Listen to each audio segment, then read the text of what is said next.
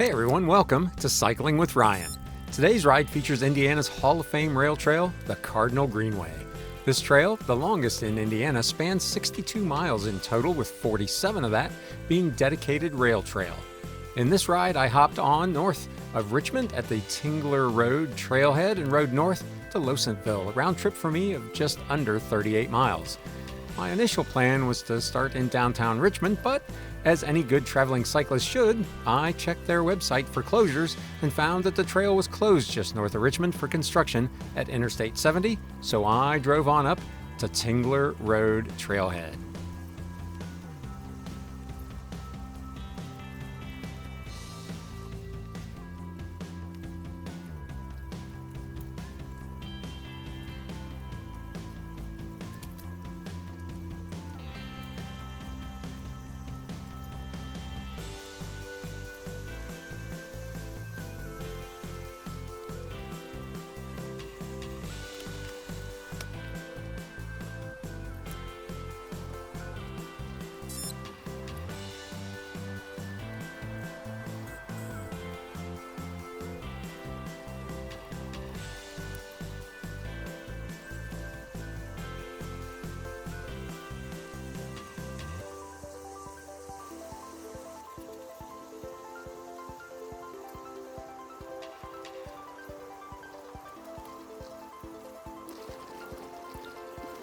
There are a number of bridges across various creeks and streams, which are, with one exception, in fantastic condition. Stay tuned for that later in the video.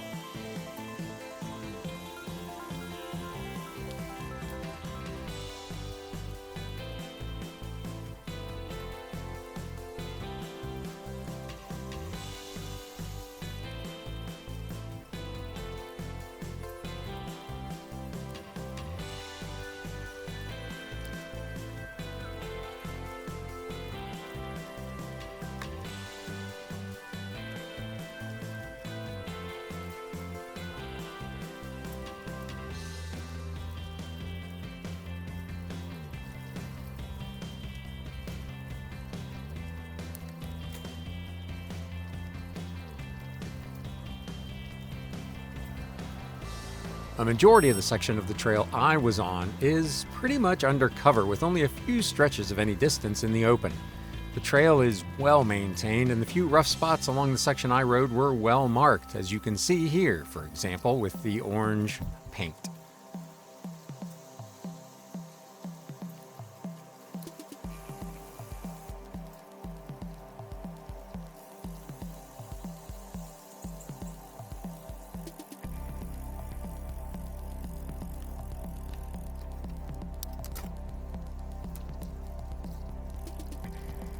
There are a fair few road crossings on this. It's definitely not a trail you can go and ride for speed, but most of the crossings appear to be very lightly traveled, and while I slowed way down, I rarely had to come to a complete stop before crossing.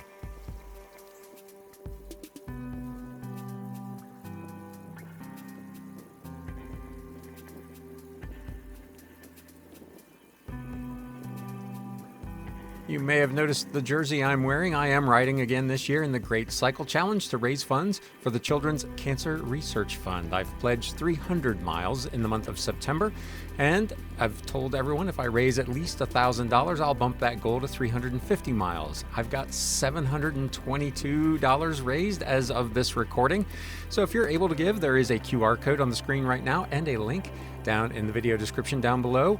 And any amount you could give would be greatly appreciated. $5, $500, whatever you can give. Please help me raise money for this terrific cause.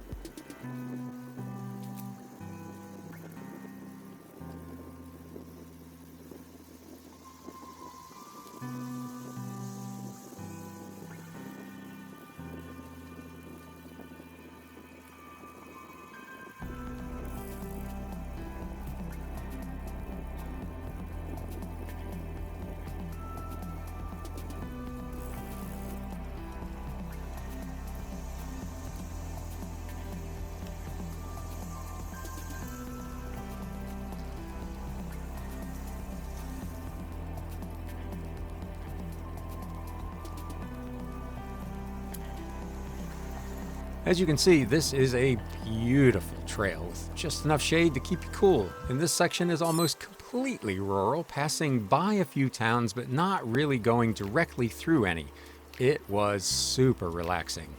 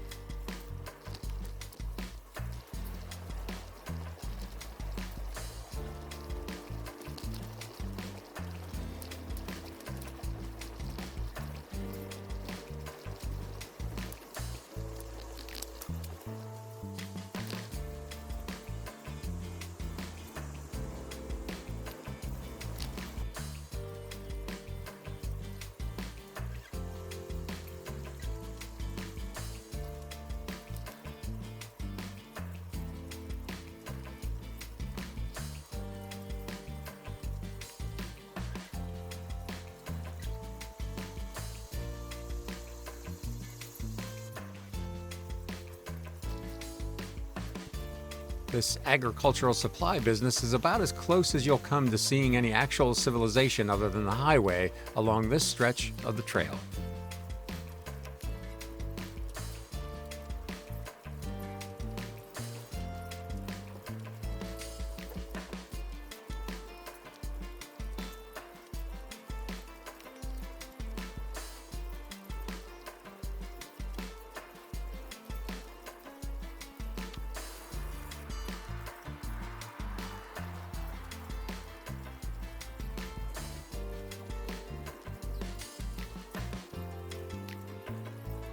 There are several areas where the trail just looks like it stretches on forever in front of you, especially on those few occasions when you're out in the great wide open like this.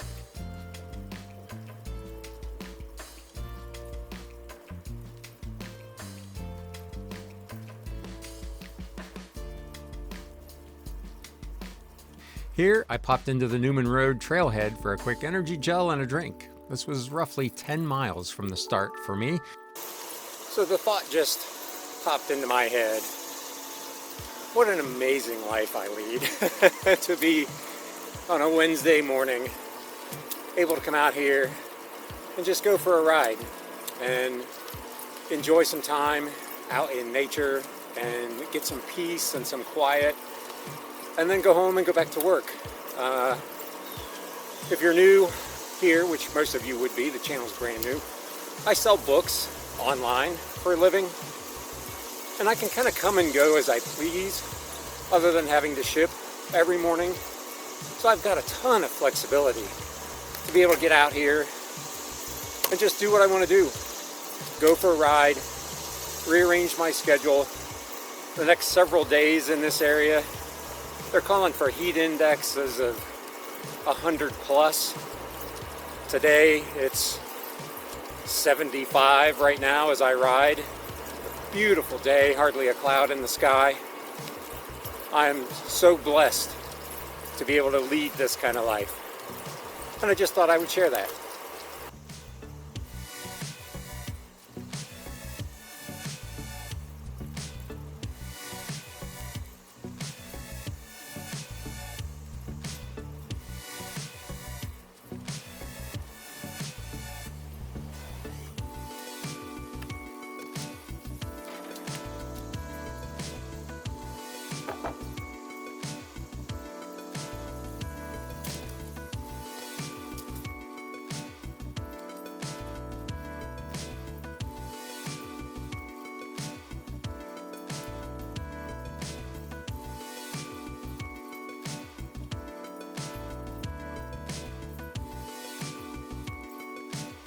All of the trailheads, even the smallest like this one, seemingly had at least a basic bike repair stand with a trip tire pump and a portalet, and they were well spaced along the trail, so I never felt like I was far from one if I was in a pinch.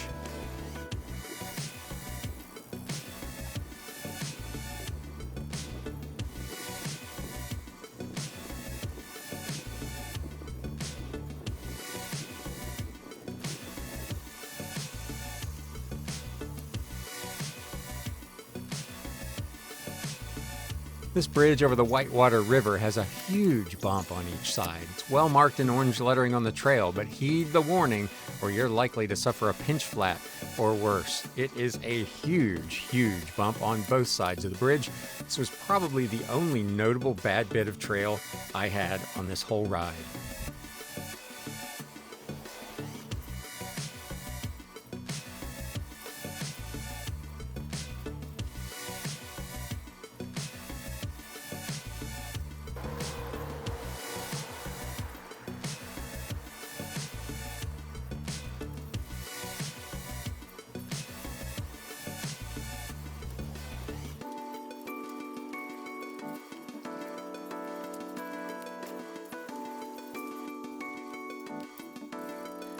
This is the Losantville Trailhead and was my turnaround point for today's ride. Despite what it might look like on the video, I did take a quick break here as well, had me a banana and a bottle of electrolyte drink before heading back south.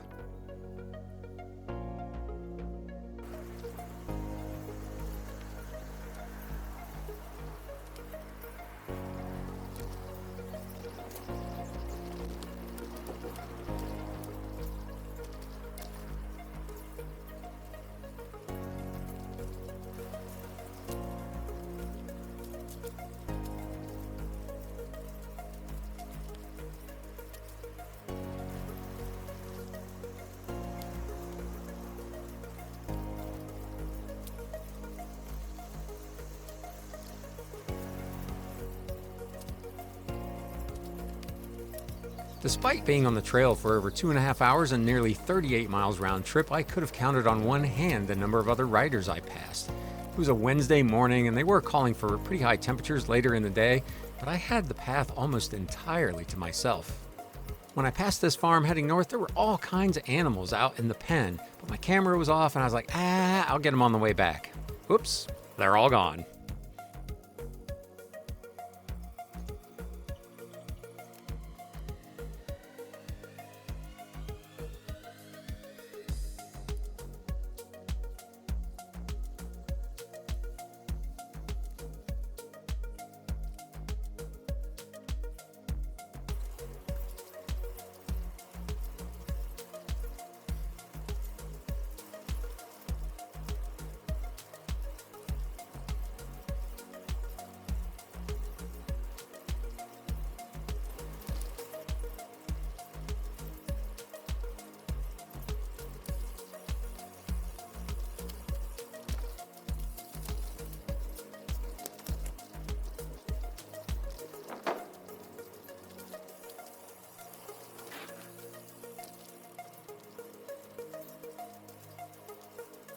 This is the economy trailhead. I didn't catch it on video on the way north. My initial plan, as I mentioned, was to ride from downtown Richmond, and this was going to be my turnaround point.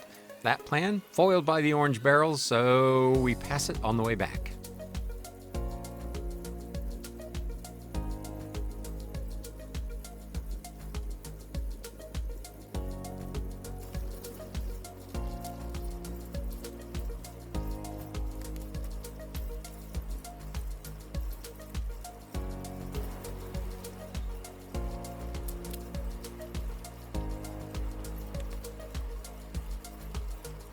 Just another quick reminder about the Great Cycle Challenge and my effort to raise money for that. QR code on the screen, link in the description down below. Please give if you can. I have pledged, as I mentioned earlier, 300 miles in the month of September. Get me 2 or over 1,000 and I'll bump that to 350. Thanks.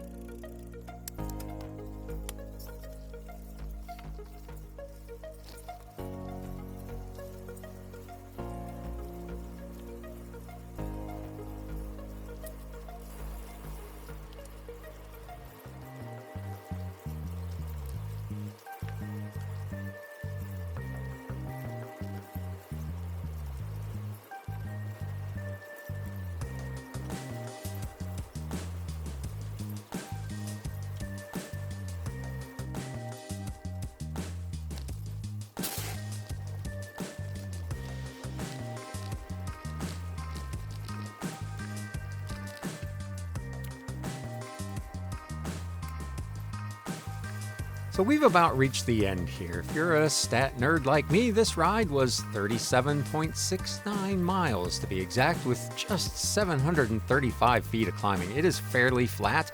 There are only 2 climbs that even showed up on my Garmin on Climb Pro that were long enough and had enough grade to register, so it is a fairly leisurely ride in terms of climbing. I rode it in 2 hours, 32 minutes, and 53 seconds, not that I'm counting, at a leisurely 14.8 miles an hour. On a day that I'm not filming, I'd probably shave a fair bit of time off of that, but this was a great ride. If you've enjoyed the ride along with me, please do me a favor and hit that thumbs up button and consider subscribing. I'd appreciate it. Until next time, my friends, thanks for watching, and let's ride.